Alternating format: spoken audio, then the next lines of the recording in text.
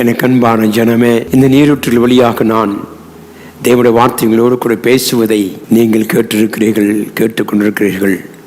கர்த்தர் தாமே உங்களை ஆசீர்வதித்து இந்த வசனங்கள் மூலமாக நம்முடைய உள்ளத்தை தேற்றி நம்மை நடத்த அவர் போதுமானவராக இருக்கிறார். ஒரு வசனத்தை நாம் சிந்திப்போமானால், சங்கீதம் 62ஆம் சங்கீதம் 8வது வசனத்தை வாசித்தோமானால், ஜனங்களே எக்காலத்திலும் அவரை நம்புங்கள், அவர் சமூகத்தில் உங்கள் இருதயத்தை ஊற்றி விடுங்கள், தேவன் நமக்கு அடைக்கலமாக இருக்கிறார்.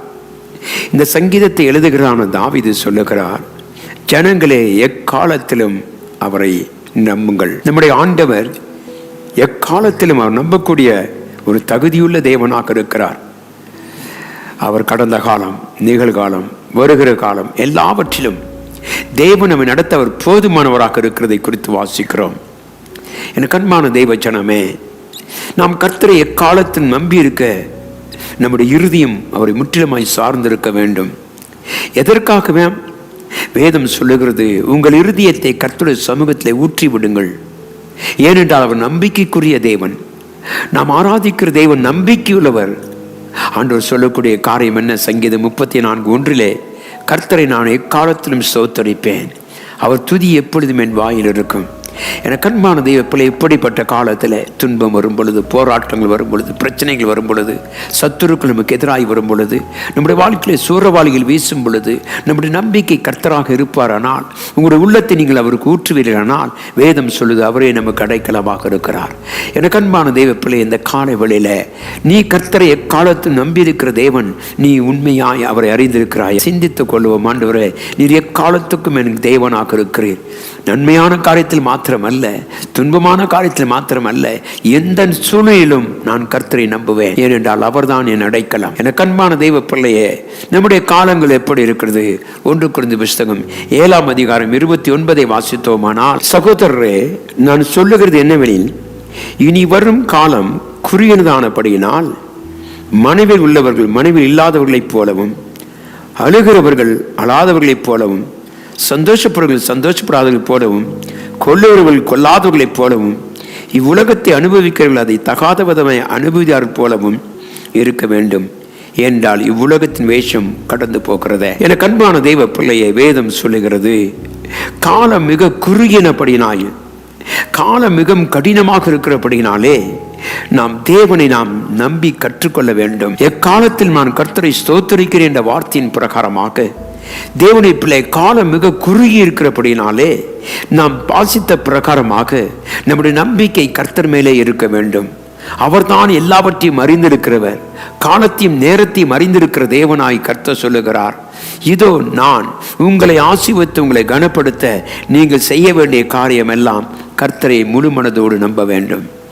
அவரை நம்பும் பொழுது, இருதயத்தை நாம் கர்த்தருக்கு நேராக கொண்டு வரும் பொழுது அவர் நமக்கு அடைக்கலமாக இருக்கிறார்.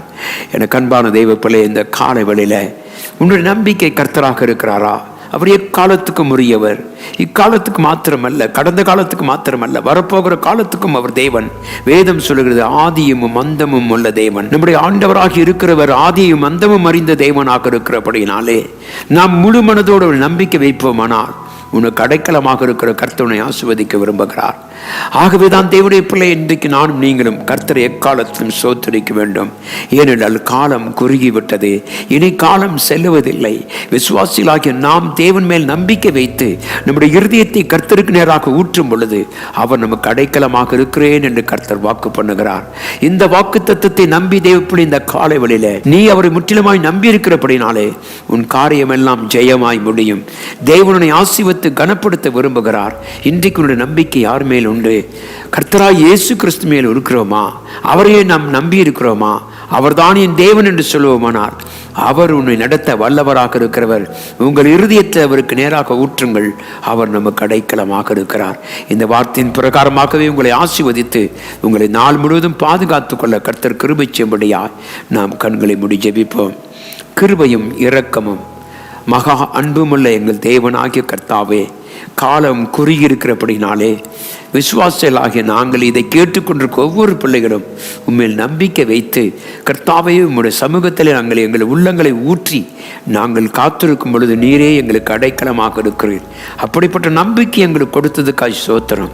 இந்த காலையில் உம்முடைய பிள்ளைகளை ஆசீர்வதியும். எங்கிருந்தாலும் எந்த நேரத்தில் இதை கேட்டுக்கொண்டிருக்கிற ஜனங்களுக்கு என் தேவன் ஒரு ஆசீர்வாதத்தை கட்டளையின்படி ஜெபிக்கிறேன்.